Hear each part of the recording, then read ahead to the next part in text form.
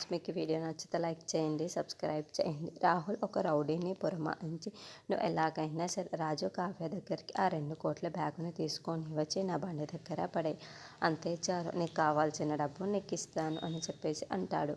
ఆ మాటలు వినగానే అక్కడున్న రౌడీ రోజు ఒక దగ్గర బండి ఆపడంతో ఆ కారులో నుండి ఆ బ్యాగుని తీసుకొని వెళ్ళిపోతూ ఉంటాడు. అది చూడగానే అక్కడున్న రాజు కావ్య వాళ్ళు ఒక్కసారిగా షాక్ అయిపోయి ఆగరా ఆగరా అని చెప్పేసి అంటూ ఉంటాడు. ఇంతలో అక్కడున్న రాహుల్ దగ్గరికి ఆ బ్యాగును తీసుకొని వచ్చి ఆ రౌడీ పడేస్తూ ఉంటాడు. అది చూడగానే అక్కడున్న రాహుల్ చాలా సంతోషించి ఆ బ్యాగును తీసుకుని లోపలికి వెళ్తూ ఉంటాడు. ఇంతలో అక్కడున్న కావ్య ఆ రౌడీ వాడిని పట్టుకుని ఉంటుంది.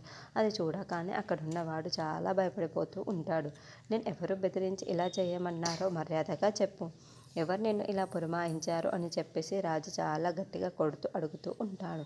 ఆ మాటలు వినగానే అక్కడున్న దొంగ మాత్రం నన్ను ఇలా పెట్టింది ఎవరు అంటే రాహుల్ అని చెప్పేసి అంటాడు.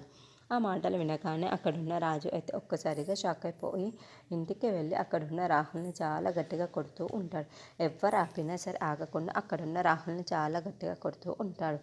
అది చూసిన రుద్రాని అక్కడికి వచ్చి ఎందుకు కొడుతున్నావు నా కొడుకుని ఇలా అని చెప్పేసి అడుగుతూ ఉంటుంది. కొడుతున్నావు నా కొడుకును అని చెప్పేసి రుద్రాన్ని చాలా గట్టిగా అడుగుతూ ఉంటుంది. వీడు డబ్బులు దొంగతనం చేయడానికి ప్రయత్నించాడు అని చెప్పేసి అంటూ ఉంటాడు.